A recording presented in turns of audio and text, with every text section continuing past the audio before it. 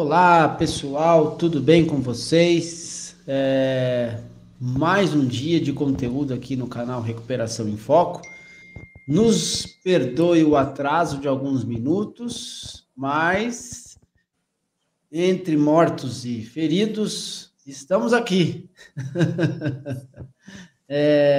Hoje com um convidado muito especial, a gente está se conectando pela rede social e vai trazer um conteúdo muito legal para nós em relação ao papel da família no contexto da saúde mental.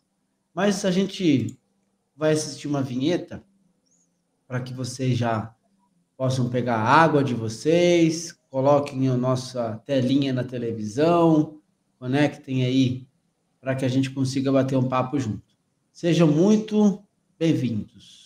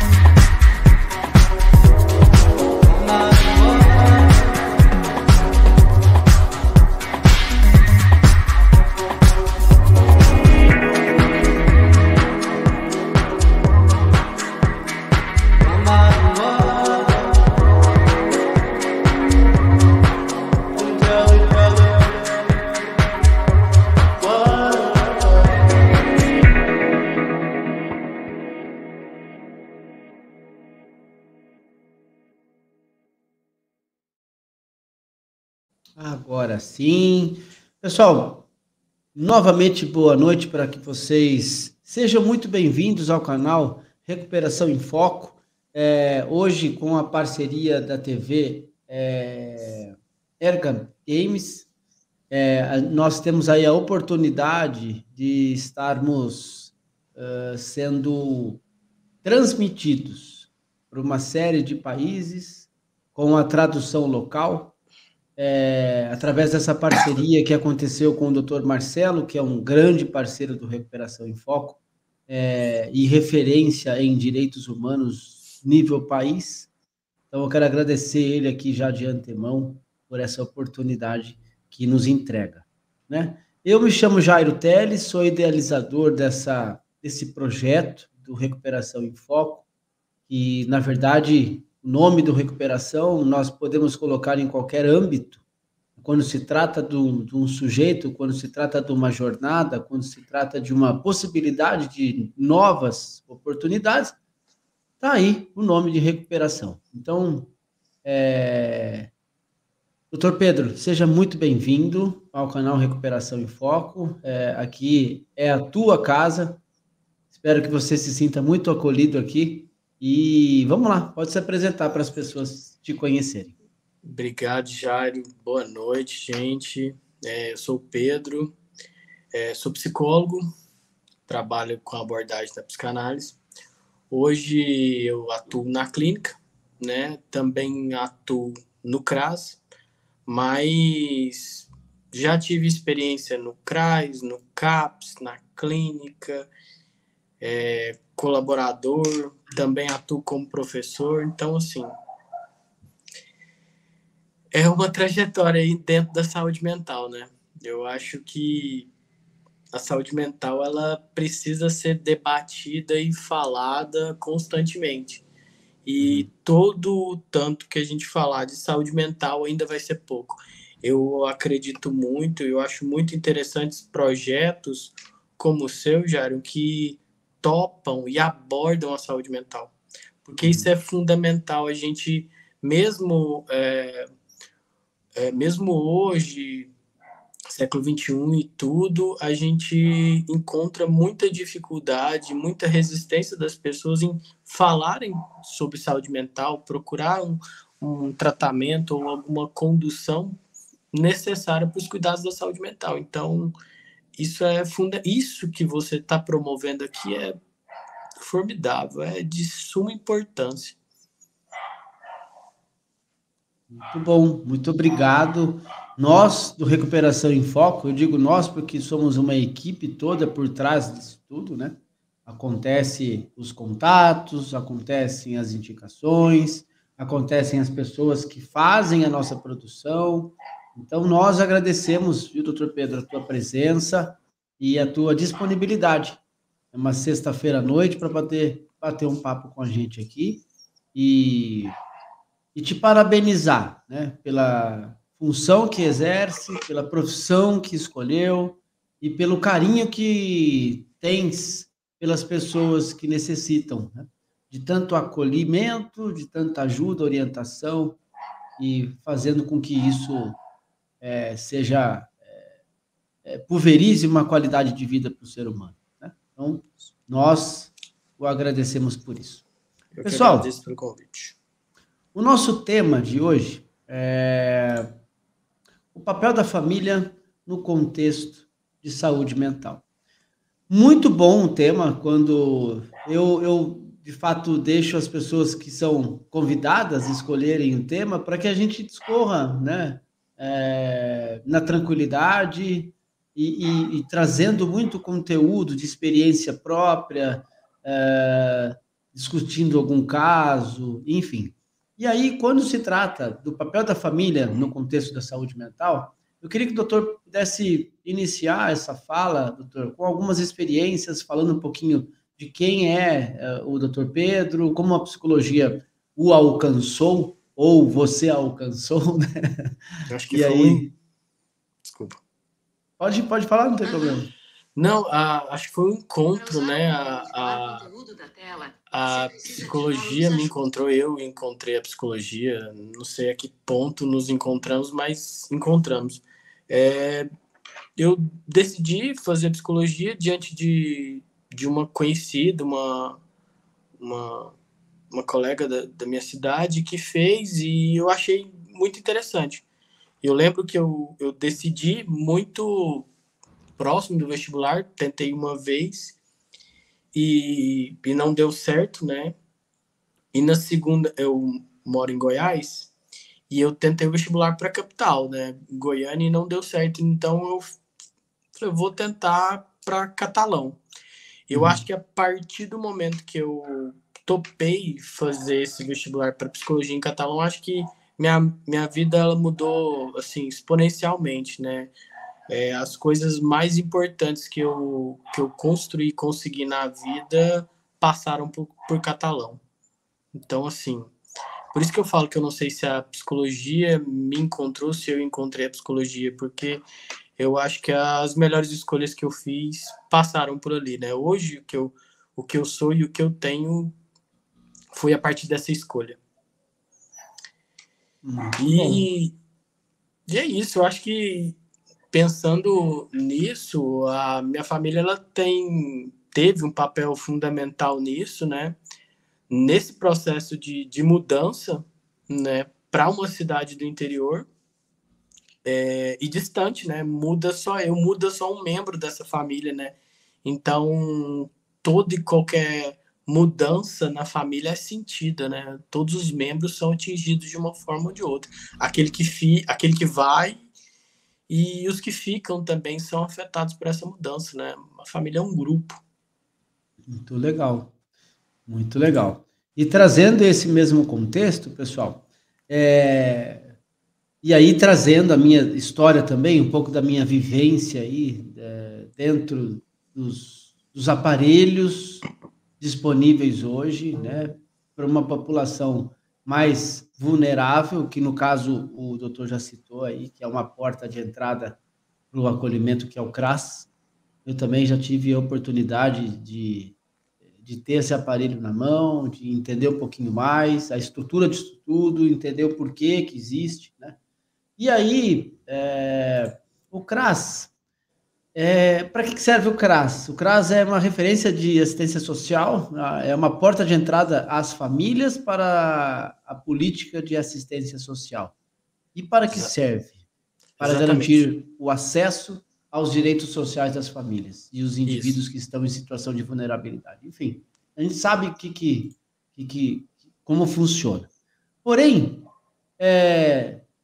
eu queria saber, a primeira pergunta, assim, é desafiador, doutor Pedro, essa questão para as famílias? Como que elas enxergam essa porta de entrada? Como que elas enxergam essa possibilidade que é ofertada para elas? O CRAS, ele tem um papel muito importante quando a gente fala de política pública, principalmente quando a gente fala sobre assistência social. Porque o CRAS, ele é um mecanismo de entrada para acesso ao direito. E aí o usuário que chega ali, a gente fala usuário enquanto usuário da rede, usuário do serviço, usuário do SUAS, né? Então, como ele chega ali num contexto que o CRAS é a porta de entrada, porque, como a gente costuma falar ali dentro da unidade, tudo passa lá. Então, o nosso usuário, ele chega ali e pergunta, como é que eu faço para marcar consulta? Mas, Pedro, lá não é saúde, tá? Mas a gente parte pelo contexto do seguinte, qualquer condução passa por uma escuta.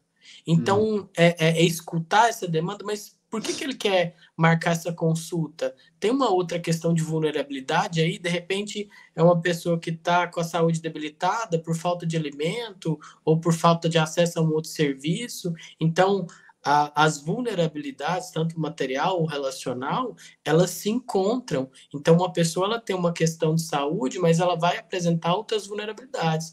O CRAS ele tem papel fundamental não só na prevenção de problemas, mas também nas garantias do direito dessas pessoas. O direito ao acesso à informação, ao acesso ao alimento, a um benefício eventual, ao direito a um BPC, aquela família tem algum membro que tem uma doença incapacitante, que não pode trabalhar, um direito junto ao INSS. Então, o CRAS, se vocês verem a logo do CRAS, é a estrutura de uma casa, né, onde dentro dessa casa tem várias pessoas, é uma família. O CRAS é a casa da família, né? Então, isso é fundamental, o papel do CRAS para as políticas públicas. Muito bom, muito bom. E aí, lá nesse aparelho, nessa porta de entrada para as políticas públicas, acontece muito de famílias que são acometidas pelo transtorno por uso de substância? O CRAS, ele não tem um objetivo terapêutico, não é saúde, né? Então, assim, mas isso não impede que chegue questões de saúde, porque a gente pensar que a pessoa em situação de vulnerabilidade vai ser dos mais diversos. Vai aparecer um contexto de uso e abuso de álcool e outras drogas, vão aparecer diversos contextos. O fato da pessoa estar em uso ou abuso de álcool e outras drogas, ela também ali pode ter seus direitos violados, mas também a demanda por garantias de direito, né? O acesso à saúde, o acesso a talvez até mesmo um benefício eventual ou um benefício junto ao INSS para que reverta e saia dessa condição vulnerável, enfim, a família que está ali sofrendo junto, né? Que um usuário de álcool e outras drogas, quem sofre não é só ali a pessoa, mas todo membro familiar também sofre junto, né? O grupo familiar também sofre junto. Se a gente pensar que o CRAS é o lugar da família, né? Todos ali têm acesso ao CRAS, né? Que bom, que bom. Então, não necessariamente as pessoas que estão em vulnerabilidade social devido ao uso de substância, mas as famílias que podem usufruir desse aparelho são as pessoas que se enquadram em uma determinante de vocês, é isso? Qualquer situação de vulnerabilidade material ou relacional, ela vai ser atendida no CRAS. Só não vai ser atendida no CRAS a partir do momento que há uma violação de direito. O CRAS, ele trabalha com a garantia dos direitos. A partir do momento que esses direitos do cidadão são violados, o CREAS precisa ser acionado, que é uma outra unidade, que vai trabalhar a violação dos direitos. É como se o CRAS trabalhasse com a prevenção para que esses direitos não se violassem, mas infelizmente a gente lida com situações de violência que essas aparecem, então a partir do momento que se há um direito violado, o CREAS ele entra nesse contexto, né? Muito bom. E tudo isso faz parte de um guarda-chuva chamado SUAS. Tudo isso faz parte do SUAS. Uhum. Quer explanar um pouquinho do que funciona o SUAS? Como é que isso O foi criado? SUAS, ele tem sua base ali no SUS, né? Ele tem sua referência ali do SUS, até pelo próprio Sistema Único da Assistência Social, né?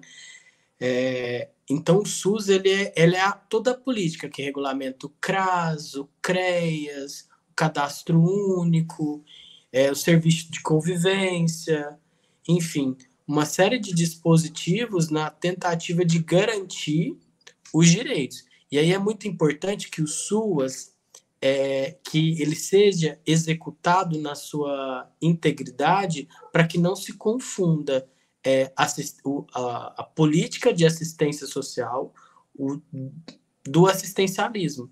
CRAS, o Uhum, SUAS não é assistencialismo. Pelo contrário, é uhum, direito. Né? A gente não está lá, por exemplo, dando cesta, enfim, tem uma política que regulamenta esse direito à cesta, esse direito a um benefício eventual, ou um benefício de renda, enfim, é esse direito. O SUAS é a garantia do direito. uhum.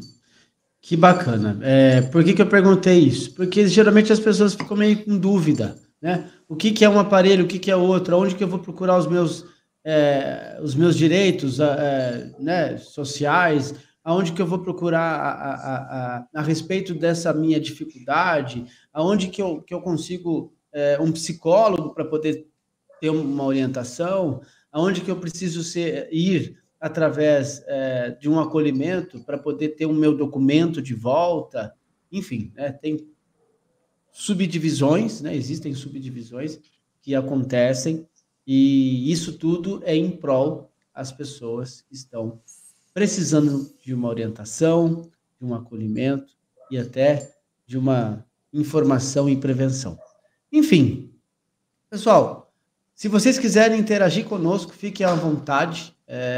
Podem mandar uma mensagem aqui, dizer aonde vocês estão, para a gente saber aonde nosso canal está alcançando, o estado, a cidade, como que conheceu o canal Recuperação em Foco, fiquem à vontade e façam os seus comentários. Então, a gente está sendo transmitido simultaneamente pela página do Facebook e pelo canal do YouTube. E a live fica gravada para que você possa depois assistir na íntegra.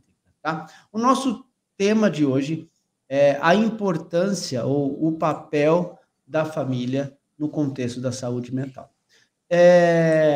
Levando em consideração, doutor Pedro, que a psicanálise, né, parece que é a questão que nos conecta. Eu também gosto da psicanálise e tenho admirado cada dia mais essa linguagem para entender o ser humano, para entender algumas questões, até mesmo eu sou um portador da doença, dependência química, estou aí há múltiplos anos longe e fora do contexto das substâncias, mas eu entendo que é comportamental.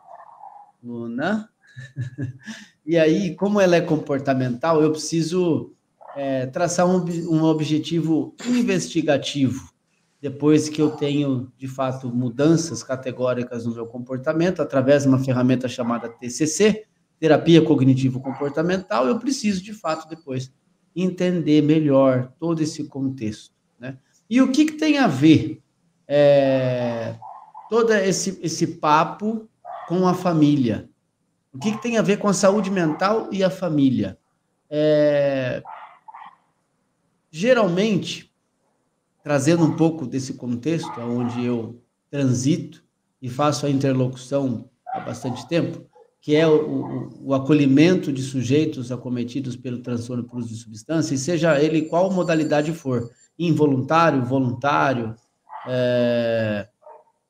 e a gente sabe quais são as diferenças desses lugares e de profissionais que estão ali sendo adaptados para poder acolher tanto a família que necessita de ajuda, quanto o sujeito que está entrando nesse modelo de acolhimento.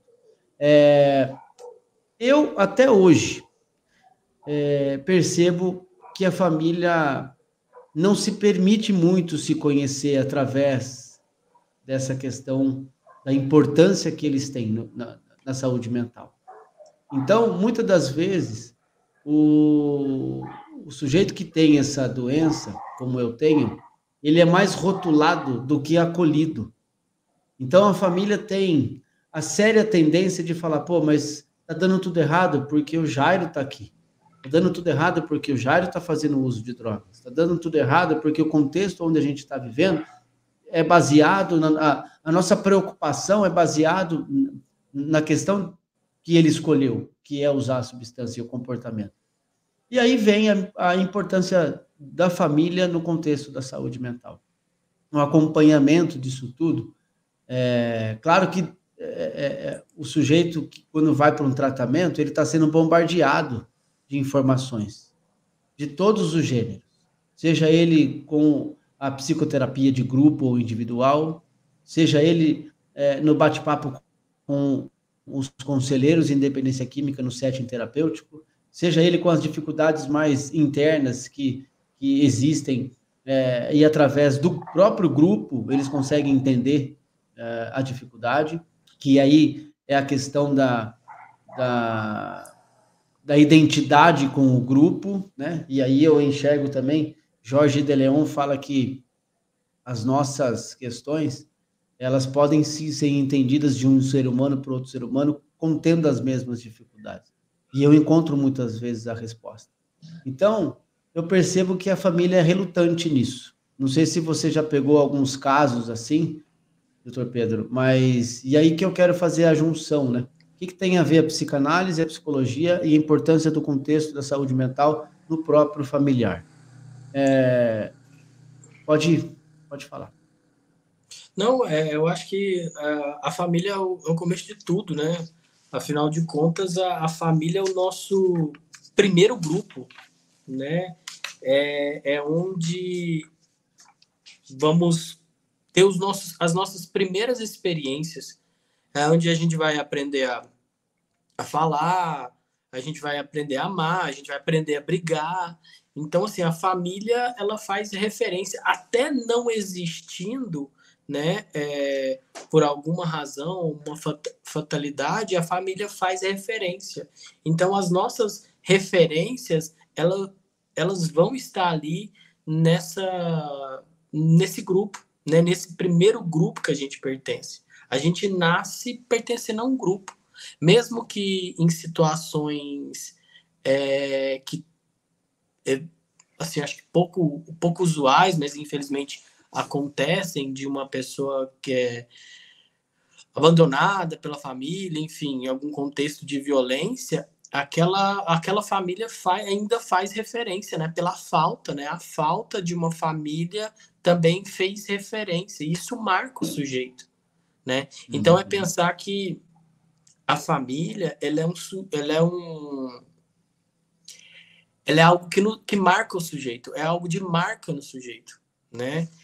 Tudo, de alguma forma, ali na nossa infância, pensando nesse contexto da psicanálise, vai estar relacionado à nossa família, né? Vai ter traços das pessoas, desses personagens da nossa família. Isso vai influenciar na condução da nossa vida, como que a gente lida com os nossos problemas, os nossos sintomas, os nossos adoecimentos, enfim.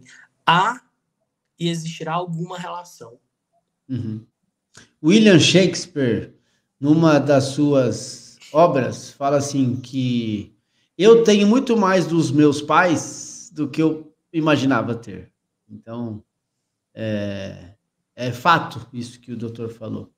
Quanto mais eu identifico a mim mesmo, quanto mais eu investigo as questões emocionais, sentimentais, enfim, quanto mais eu tenho acesso a essa questão, mais eu identifico com o primeiro grupo de pessoas, que é a família. Eu aprendo a chorar, eu aprendo a sorrir, eu aprendo a sentir, eu aprendo a odiar, eu aprendo a amar. Exatamente, eu aprendo a estar ali naquele grupo, né? Para que um grupo mais diverso do que a família, né? Você não pode dizer, não tem como a gente garantir como é uma família. Porque se a gente ainda pensar no contemporâneo, que é uma família brasileira, a família brasileira ela é formada das diferentes formas. Avós, tios e mãe, pai, avós, enfim, só mães e filhos. Então, a formação familiar ela é das mais diversas, né? Então, não tem como isso não gerar interferência ou alguma influência na vida do sujeito. Não tem. A família nos marca. E aí eu quero trazer para a gente discutir algo interessante, que é o seguinte. Hoje, não sei se felizmente ou infelizmente, aí depende muito, né? É muito relativo. Mas hoje eu percebo que as famílias, elas são cada vez menores, doutor Pedro. Não sei se o doutor tem essa concepção. E por que que eu digo cada vez menores? Porque após uma separação, por exemplo, dos pais, a família fica um pouco menor. Por quê? Ou é mãe e o filho, ou é pai e o filho, ou é pai, filho e avó, pai, filho e avô. E aí, essa família que era para ser um lugar de acolhimento de pessoas, de diversas experiências de vida, de diversos estímulos. O pai te dá um estímulo, a mãe te dá um estímulo, a avó te dá um estímulo. Hoje foi meio que dividido tudo isso. E isso atinge diretamente uma criança que está desenvolvendo ainda o teu neurodesenvolvimento, que está partindo dessas questões de maturidade, de adultez, e é totalmente impactada com alguma violência de uma separação, por exemplo. E aí volta o nosso contexto, que é a importância da saúde mental na família. Como eu gostaria, por exemplo, de encontrar uma família que o filho fizesse uma psicanálise ou participasse de uma psicoterapia, os pais também fizessem uma psicoterapia de casal, por exemplo, para poder entender melhor o relacionamento e como conduzir a família. Isso existe? Ou isso é só a gente é um sonho? Eu acho que a gente tem que lembrar que nós somos humanos, né? E falhamos, né? O papel dos pais é falho, né? É fracassado. Como assim, Pedro? Psicólogo falando que o papel do pai é fracassado. É fracassado porque talvez nessa tentativa incessante de fazer tudo perfeito, né? Colocar uma perfeição que não existe. Vai haver falhas e essas falhas também vão construir, moldar esse sujeito, né? E aí a gente coloca num ideal muitas vezes que impossível de alcançar, porque a família, o sujeito ele vai se formar não só com o que é bom, né? O que é ruim também vai fazer referência, né? É aquilo que eu estava falando no começo. A família ela faz referência.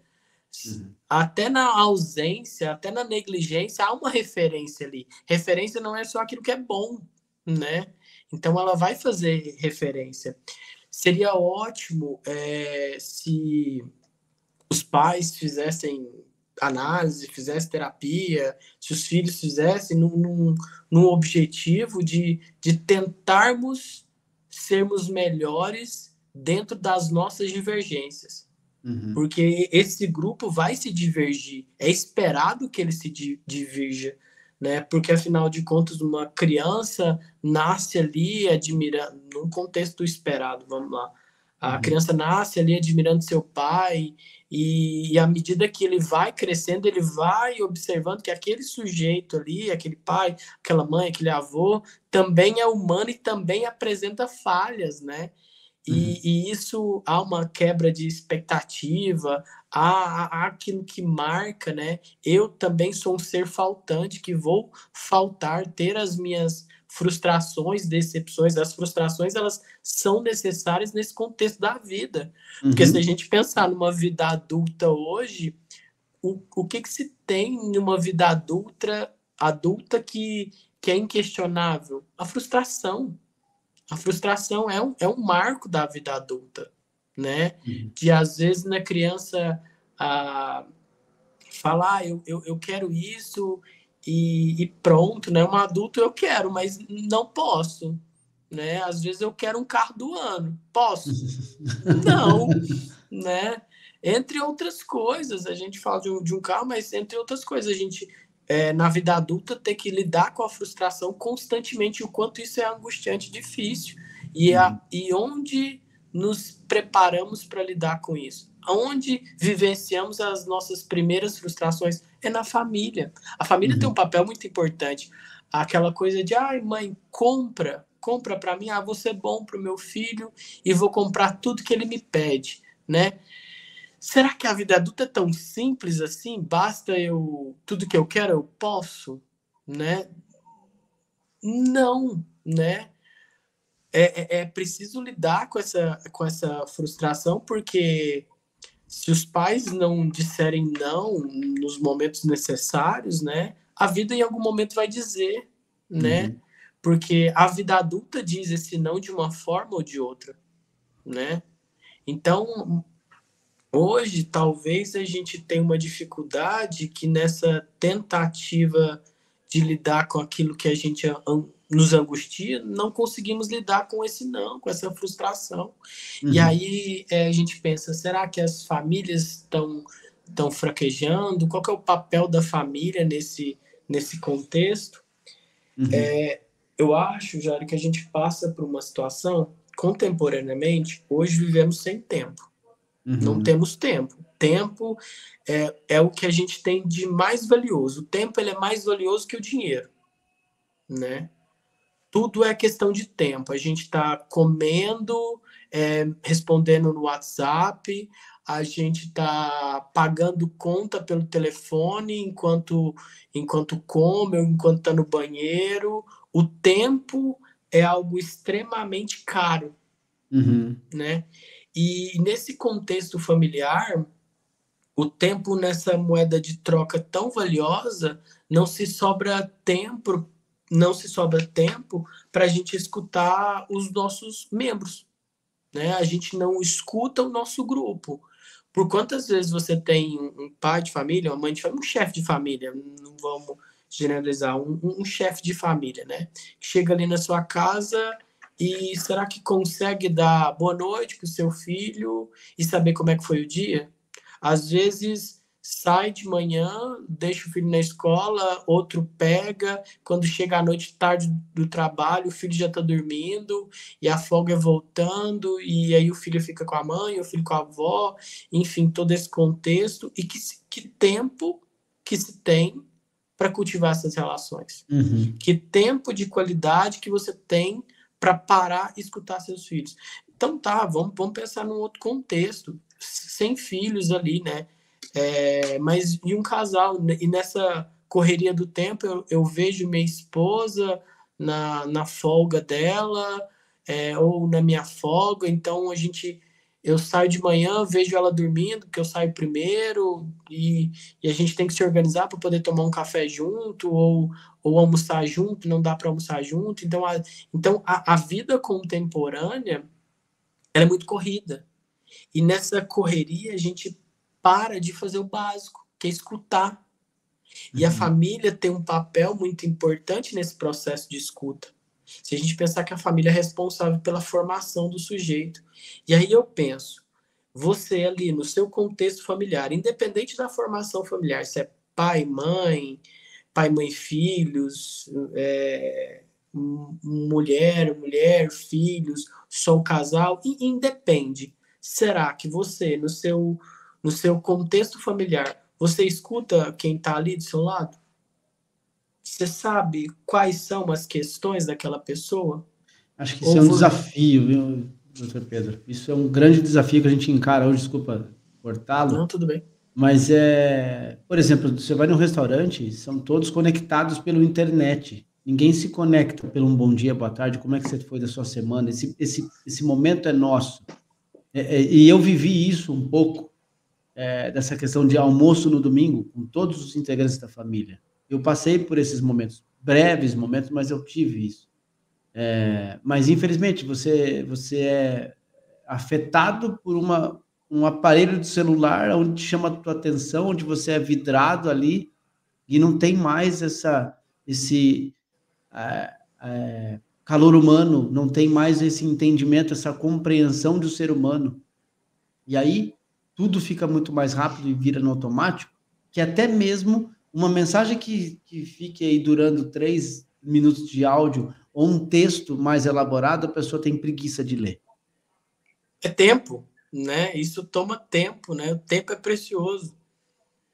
Tanto que essa questão do tempo é tão precioso, o WhatsApp, até mesmo o YouTube, tem aquela função de acelerar, né? De 1,5, 2, enfim, ou até mais, eu não sei. Mas, assim, de escutar os áudios acelerados, tudo é muito rápido. Tudo é muito rápido. Por exemplo, recebe um áudio de, sei lá, 1 minuto. Então, tá devagar demais. Escuta em 1,5, 2, para que se... É tudo muito, muito rápido, né? Os problemas de estômago estão aumentando muito mais porque não digerimos nada. Exato.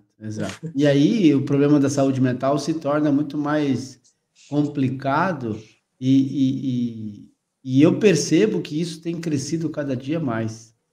Aí o pessoal fala, não, mas pós-pandemia as pessoas ficaram meio doentes, as pessoas ficaram meio egocentristas, as pessoas... Não, isso já vem de longa data. Eu acredito que é antes da pandemia. Pode ter agravado? Sim. Pode ser potencializado? Sim, mas é um problema que vem bem antes da falta de comunicação. Já estávamos doentes antes mesmo da pandemia, né? Talvez, concordo com você, talvez a pandemia ela só potencializou isso que já estava ali, né? Talvez nos deixou mais enclausurados, né? Presos ali, cada um no seu contexto, e deixamos de interagir. As interações passaram.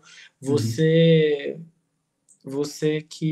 consegue observar nas crianças, principalmente essas crianças que nasceram durante a pandemia, ali nesse momento, quem tem contato, quem dá aula ou percebeu isso, há uma diferença, né, na interação dessas crianças, a forma de interagir.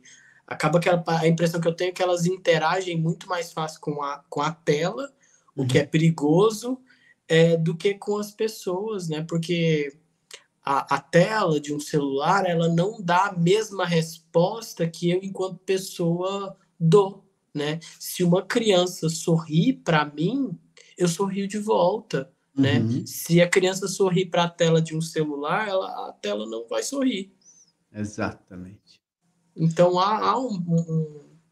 há questões que precisam ser trabalhadas e escutadas aí, né, que muitas vezes deixamos de lado. Eu acho que é aí que entra a questão familiar, porque hoje, se a gente pensar na família, a família às vezes está... A comunicação ela está falha, né, num contexto normal, né, sem a gente pensar no contexto de saúde mental, né, aquilo que a gente estava falando, a contemporaneidade nos coloca rápido demais para lidar com as coisas. Então, às vezes, a própria rotina deixa isso fragilizado, né? Eu como mexendo no celular, às vezes aí eu termino de jantar e aí eu tô no meu canto, mexendo no meu celular, minha esposa no outro lado, meu companheiro ali do outro lado, meu filho no canto dele com o celular, até o menorzinho lá tá lá mexendo no tablet, ou vendo na televisão alguma coisa, e aí você vê ali o grupo ocupa o mesmo espaço, mas não mundos se conversa, diferentes. em mundos diferentes, como se cada um tivesse na sua baia, no seu quadrado. E o quanto isso é prejudicial, né? Porque é como se as pessoas perdessem a capacidade de interagir. Eu acho curioso, porque lá no CRAS, onde eu trabalho, tem alguns comércios do lado. Então, em alguns momentos, a gente precisa fazer algum contexto, vai a pé. E aí sai perguntando, bom dia, eu saio falando. Geralmente, eu saio, bom dia, bom dia, bom dia, bom dia. E aí algumas pessoas se chocam, né? De tipo assim, você conhece? Eu falo, não, eu não preciso conhecer para dar bom dia para alguém. Aqui a gente tem uma cultura de feira livre, né? E aos domingos, às vezes, a gente vai comprar verdura, alguma coisa, e minha esposa fala, você parece político. Que aí passa, Pedro, oi, tudo bem? E eu não sou da cidade.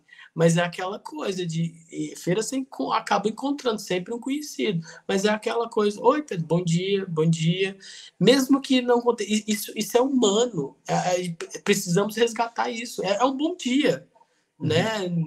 Às vezes você não quer dar. Não é uma questão de puxar a conversa, mas é o mínimo, educação, né? Se alguém você tá passando, alguém tá trabalhando, bom dia, tudo bem, bom dia. É necessário. As pessoas. Eu acho que o mais curioso é que as pessoas ficam surpresas ainda em algum momento de quando você passa e dá um bom dia. E aí, pensa comigo, Jairo. Se você está falando, Pedro, o que isso tem a ver com família? Se um estranho na rua se espanta com um bom dia, imagine isso dentro de um contexto familiar. É sério, isso é sério. Isso é grave, as pessoas não se escutam. Bom, aí eu te pergunto, qual é o papel da família nesse contexto da saúde mental? O que a gente poderia, por exemplo, hoje, doutor Pedro, indicar para as pessoas algo benéfico? O que hoje a família poderia, sim, colocar como certa prioridade para a gente ter uma harmonia familiar nessa questão da saúde mental? Como que a gente pode orientar? A gente tem que pensar que, afinal de contas, o celular, a tecnologia, ela existe. Não tem como a gente falar que não vai usá-lo. Estamos aqui nós fazendo uso da tecnologia, né, para nos aproximar em estados diferentes, cidades diferentes, isso nos aproxima. Mas é importante que a gente também consiga fazer uso dela a nosso favor, né? De, às vezes, pensar no básico mesmo. Não, vamos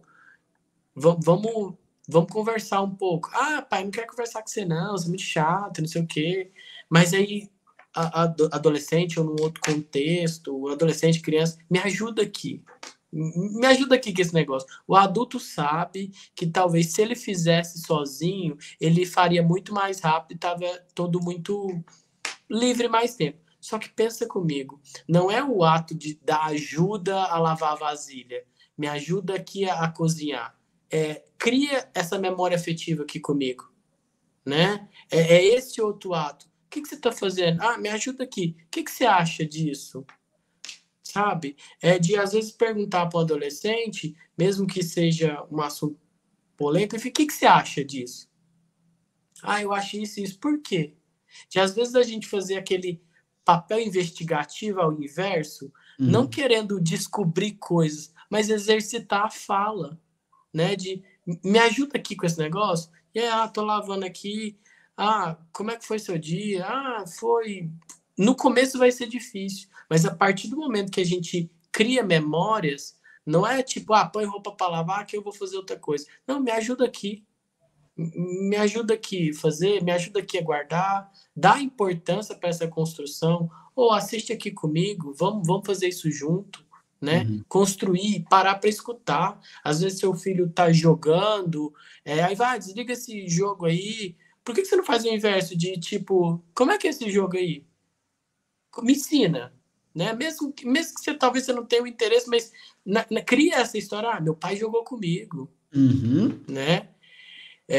Por quantas vezes atendendo criança ou escutando um adolescente de falar, eu dei um iPhone para ele do ano. Você já perguntou se seu filho queria um iPhone?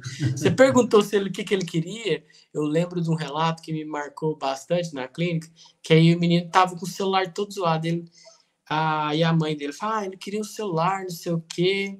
Aí tá. Aí no outro contexto, perguntei para ele, o que você quer? Eu falei, eu quero que a minha mãe tenha tempo para mim. Eu quero que ela fique comigo, né? Tipo, queria que ela trabalhasse um pouco menos. E tipo, o celular era muito mais um desejo da mãe para saber onde o filho estava, sabe?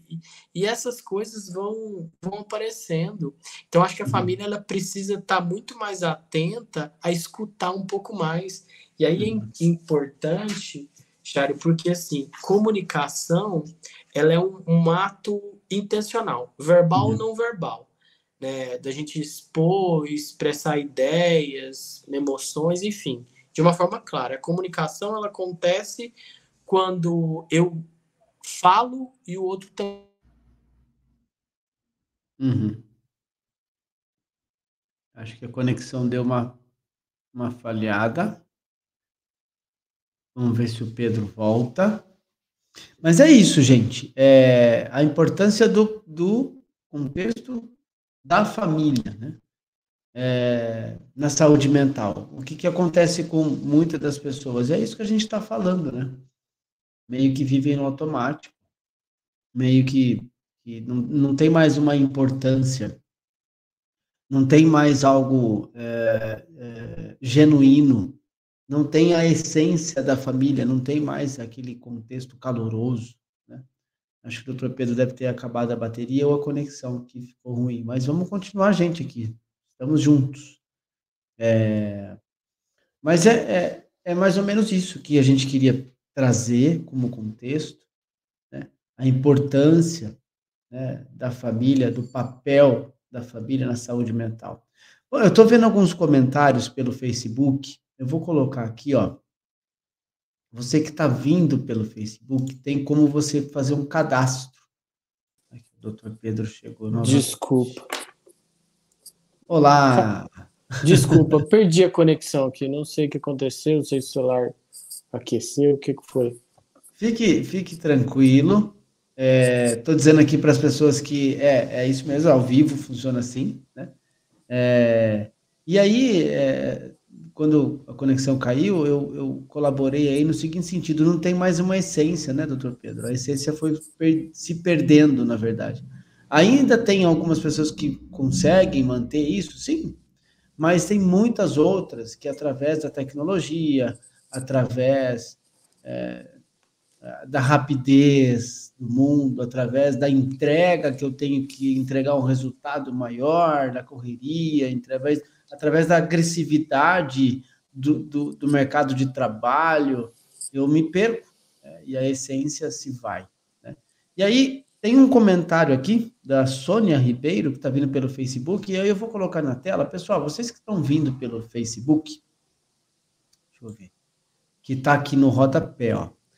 Na descrição da live tem um endereçozinho azul, né? Você clica no meio da tela, vai aparecer uma outra telinha que está lá, streamyard.com/Facebook. O que você tem que fazer? Clica nesse botãozinho, você vai ser direcionado para uma outra tela, você vai fazer um login, é super rápido, ou você vai fazer pelo teu e-mail, alguma coisinha, e depois volta para cá. Por quê? Porque daí o seu comentário vai sair como a doutora Miriam, por exemplo. Então ela fez o login, hoje aparece a foto dela, como ela está lá na rede social, e dando boa noite a todos. Então, deixa eu ler o comentário da Sônia. A Sônia falou assim, ó, na separação entre o familiar, né? Seria necessário todos fazerem terapia após uma separação para a gente entender um pouco melhor, doutor Pedro? O que o doutor acha? Eu acho fundamental, né? Porque a gente tem uma mudança clara ali de funcionamento, né? Para todos os envolvidos. Para o casal que se separa, para os filhos que se separam, mesmo que falar, vamos continuar amigos, tem a responsabilidade, mas isso precisa ser conversado e explicado para que cada um entenda o sentimento, né? Uma separação não é fácil. Por mais que fale, uma separação, a separação foi tranquila. Gente, é uma separação, né? Uma mudança. Nenhuma mudança, se você vai mudar de um apartamento para um outro, você pode mudar de um andar para o outro, ou para o apartamento do lado, uma mudança dá trabalho. Uhum. Imagine uma mudança familiar nesse nível.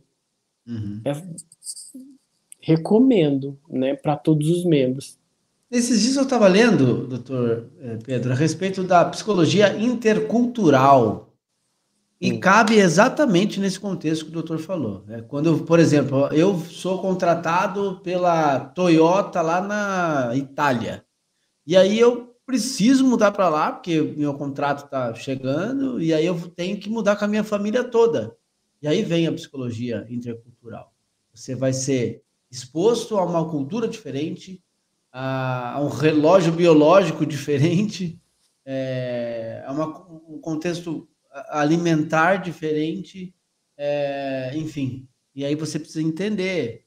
toda aquela questão. E aí vem toda a psicologia. Por quê? Você vai ter gosto do Brasil, você vai ter saudade do Brasil, você vai ter vontade de estar em Copacabana, mas você está lá, e aí você tem que entender toda essa questão que está acontecendo, né? E aí cabe essa modalidade de atendimento também pela psicologia.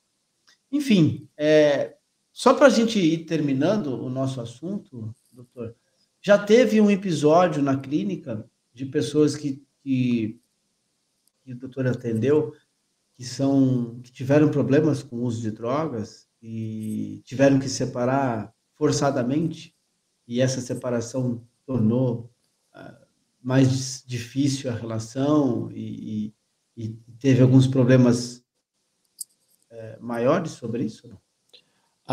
Assim, eu trabalhei muito tempo em CAPS AD, né, que trabalha com álcool e outras drogas. Então, assim, dos contextos os mais diversos possíveis, que pessoas que passaram a um abuso de substância em decorrência de separação, ou até mesmo o contrário, né, uma separação que ocorreram por conta de um abuso de substâncias, enfim, dos contextos mais variados, né? E aí, de uma forma ou de outra, nesses contextos de abuso de substância, sempre havia um elo familiar ali, né? Uma questão familiar. Fala familiar, você, então era tudo culpa da família? Não. Quando eu falo elo familiar, uma relação, naquilo que a gente fala de referência, né? Algo bom ou ruim referenciava aquela família. Às vezes na causa, mas também às vezes na solução. De às vezes o que amparou aquele excesso ali, ou saída daquela condução, foi a família, né? O quão importante tem essa marca, principalmente quando a gente fala de álcool e outras drogas, né? É fundamental. Às vezes é a causa, mas também o efeito, a solução. O CAPS, ele, quando trabalhado nas diretrizes corretas, a família ela tá dentro do tratamento, né? A família também é cuidado num contexto de saúde mental dentro de um CAPS. Isso considerando, seguindo as diretrizes, né? E aí é importante, né? A família é aquilo que a gente fala, que você que trabalha com essas questões de álcool e outras drogas, enfim, sabe a importância que a família tem no tratamento. O quanto é fundamental esse apoio, né, para lidar com tudo isso. E aí, trazendo essa questão à luz também da nossa discussão, o papel da família é muito importante quando esse integrante da família sai do tratamento, embora seja 90 dias, 120 dias, qualquer ângulo, ele vai retomar. Ele não foi, a família não foi, a família, vamos supor que é um corpo, o corpo não foi dilacerado, está sendo cuidado e vai voltar para o lugar. E aí, como que eu vou apresentar para ele possibilidades que ele entenda um contexto novo de vida, que ele está se adaptando? E aí eu não vou me movimentar? Eu preciso evoluir, eu preciso crescer, eu preciso oferecer para ele um olhar diferenciado. Não porque eu sou pai, mãe, e eu não tenho que mudar. Ou sou esposa ou esposa, eu não tenho que mudar. Sim, acho que a evolução, além de tudo, é pessoal, né, doutor? E depois de uma evolução pessoal, através de várias ferramentas, vem a atingir diretamente o contexto familiar, e aí volta na onde a gente começou, que é o primeiro movimento de criação. É o primeiro movimento onde eu tenho total certeza de quem eu sou, total certeza do espaço, e em relação ao mundo, né? O meu olhar para o mundo, como que eu devo agir, como que eu devo falar, como que eu devo fazer, enfim. E aí vem a importância disso tudo, da participação de cada um, de cada integrante da família, né? Doutor, eu quero agradecer esse momento que a gente teve aqui. Queria que você contasse alguma outra história para a gente fechar esse momento. Algum desafio que você já viu em clínica, alguma história que fala, puxa vida, isso aqui me marcou, ou acompanhou algum caso nesses aparelhos de atuação direta? Acho que tem um caso, sempre que eu tenho a oportunidade de falar dele, eu falo, porque é um caso muito marcante que eu atendi no CAPS, de um contexto de um adolescente, né? Na época que eu conheci era adolescente, e ele tinha um transtorno psicótico, enfim, e ele não se, a interação dele era limitada, né? E as pessoas, ele não interagia com as pessoas e com o pai, tinha uma questão familiar, o pai cuidava, a, a mãe havia abandonado, o outro irmão auxiliava nos cuidados, mas era bem difícil. Então, o nosso papel ali no CAPS era tentar aproximar dessa família, né, para tentar oferecer algum tipo de cuidado, não só para esse paciente, mas também para a família como um todo, porque acabava que todos ali estavam muito adoecidos, cada um na sua questão. Um pai que não, um filho doente, um outro filho que tinha que cuidar do pai, que também estava adoecido pelos cuidados com o filho. Então, assim, uma reação em cadeia. Então, assim, nesse adolescente introspectivo, né, ele andava muito nas ruas, enfim, e o risco das pessoas fazerem mal, né, ou oferecerem álcool e outros contextos, porque, assim, era uma pessoa que andava, né. Então, nossa forma de se aproximar, nosso primeiro contato com ele prontamente se recusou, né. Uhum. Então, assim, o papel que a gente teve ali foi de começar a fazer visitas semanalmente, toda sexta-feira, indo lá, tentando algum tipo de interação. Oi, tudo bem? Às vezes durava 5 minutos, 10 minutos, mas toda sexta a gente ia. Um determinado dia eu percebi que ele gostava de, não sei se você já assistiu, Dragon Ball, Uhum. né? E ele adorava muito, né? E aí uma forma, e eu percebi que um dia ele estava assistindo completamente concentrado, eu voltei numa sexta-feira seguinte e levei alguns cards, né? Algumas cartinhas do desenho. E aí levei, mostrei para ele, ele me negou, mas eu deixei lá, falei, olha, tô deixando aqui para você, é sua, né? Tô te dando de presente.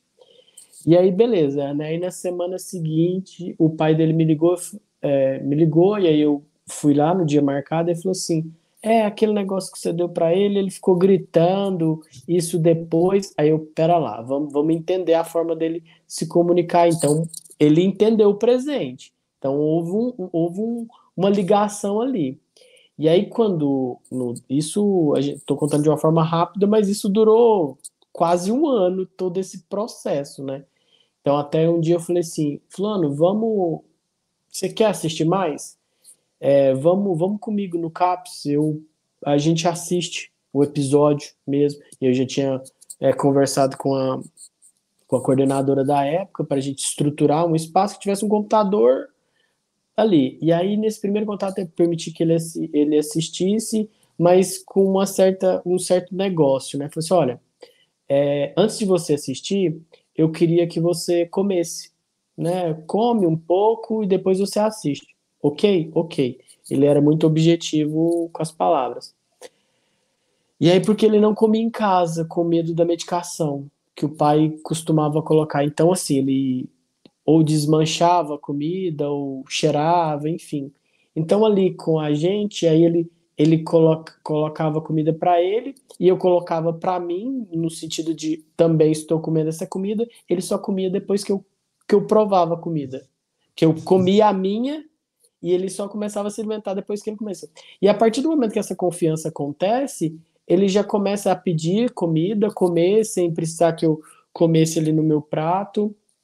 Ele aceita tomar banho, de tipo, olha, antes de você começar, eu preciso que você tome banho. Porque a sujeira nos incomodava? Não, mas com cuidado de higiene mesmo, né? Dele. Então ele chegava, tomava banho, aceitava tomar a medicação. Então houve uma evolução, né? Houve um caminhar ali. Infelizmente, por ser um serviço público, eu fui me desligado do CAPS na época, questões contratuais, e não, o projeto se perdeu, né? Mas, assim, teve uma evolução, assim, interessante. Eu acho que esse tipo de trabalho, assim, por mais longo que seja, e a gente vai ter dos mais diversos, né? Sim.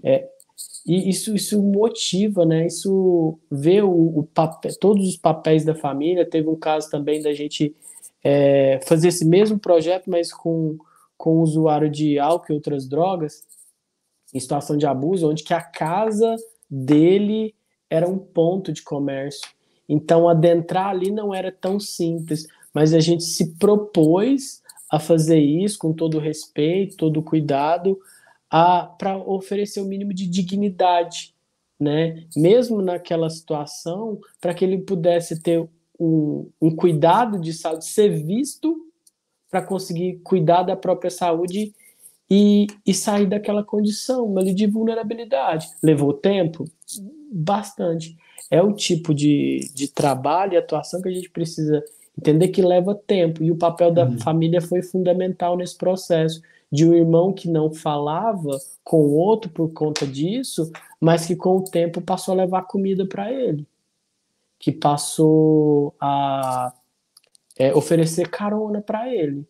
Pode parecer muito pouco, mas para alguém que não se falava, que vivia como um estranho, passa a ser uma mudança e tanto. Sim. Leva tempo. Sim. Pegando um gancho nisso, certa vez eu atuava dentro de uma comunidade terapêutica e nós tínhamos um senhorzinho, alcoolista, 30 anos de alcoolismo crônico. Contexto antes dele chegar, era morador de rua há mais de 20 anos. E aí ele chega numa comunidade terapêutica onde oferecem para ele uma vassoura, um pano, um rodo, e fala assim, agora está na hora do senhor limpar. Ele vira pro conselheiro e fala assim, o que você falou? Eu estou acostumado a pegar o papelão, espalhar as folhas da árvore e colocar o meu papelão ali para eu dormir. Você está me dando uma vassoura, eu nunca usei uma vassoura. Eu não sei como que faz o manuseio disso. Só que eu estou falando assim, mas imagina uma pessoa nesse contexto. E aí, quando ele falou isso para o conselheiro, e o conselheiro levou isso em discussão de caso, imediatamente nós oferecemos para ele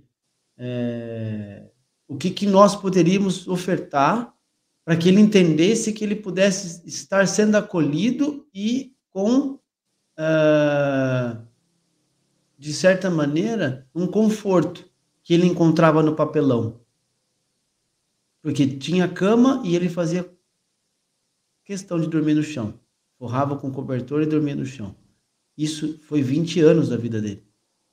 E aí a gente estava ofertando todo esse movimento, desde o acolhimento, uma conversação, um acompanhamento e até uma introdução de uma atividade que, para todo mundo, o que é isso? Pegar uma vassoura, um rodo, coisa mais fácil. Para nós que estamos acostumados com isso. E para ele. Que ele soprava, colocava as folhas de papelão do lado e colocava para dormir. Então, assim, levando em consideração tudo isso, nós precisamos, de fato, ter um feeling para certas atitudes, para certos tipos de acolhimento, de conversa. Porque se a gente não tiver esse tato, as pessoas se perdem. E a gente perde a oportunidade que Deus nos dá para que a gente possa, de fato, promover, de certa maneira, uma orientação, uma prevenção, um acolhimento, etc. Eu acho que fica a dica para a gente pensar nisso, né, doutor? Já, isso é excelente que eu falo, Pedro, mas a gente está falando de família, já a gente está falando de família, mas isso que a gente estava usando como exemplo. Quando você está ali, me ajuda aqui a lavar a vasilha, nesse pequeno ato ali, de ter o contato, essa memória afetiva, de você perceber uma coisa, de perceber que algo está diferente, de ter a confiança, de formar o vínculo, de escutar. A escuta, ela é sutil, né? É sutil esse ato de escutar e perceber o outro além do que ele está dizendo. E aí, para a gente fechar, vem a questão da psicanálise, né? o que eu falo e o que eu faço, existem as entrelinhas. Ah, com certeza. E é ali que mora os dedinhos, né? Para a gente poder identificar os detalhes. Doutor, muito obrigado pela tua vinda, pela disponibilidade. Faça as suas considerações finais para a gente já ir encerrando. Tá? Eu agradeço a oportunidade, me coloco à disposição sempre que o canal precisar, sempre que vocês precisarem nos temas mais diversos. Eu acho que é fundamental nós, enquanto profissionais de saúde mental, ocuparmos esse lugar de fala. Se a gente quer uma saúde mental diferente, precisamos ocupar esses lugares de fala, né, para que sejamos escutados. Só assim a gente vai mudar a resistência e a dificuldade que as pessoas têm de cuidar da saúde mental. Muito bom, muito bom. O canal Recuperação em Foco te agradece. Agora, em 3, 2, 1, um print para a gente jogar lá no Instagram. 3, 2, 1 e... Bom, pessoal, acessem os nossos canais de informação. Estamos aí no Facebook, YouTube e também no Instagram. Então, pode acessar, converse conosco, bata papo com a gente. Eu vou colocar aqui o @ do Dr. Pedro para que vocês também conheçam o trabalho do Dr. Pedro lá em Caldas Novas, Goiás, cidade boa, gente boa, gente bonita, boa conversa. Então, acessem aí para que vocês também fiquem por dentro de quem é o Dr. Pedro e o que ele faz por lá. Pessoal, fiquem todos com Deus. Obrigado mais uma vez, Dr. Pedro. Um ótimo final de semana a todos e até a próxima. Tchau, tchau. Dr. Pedro, só permanece mais um minutinho para a gente encerrar, tá bom? Um abraço a todos.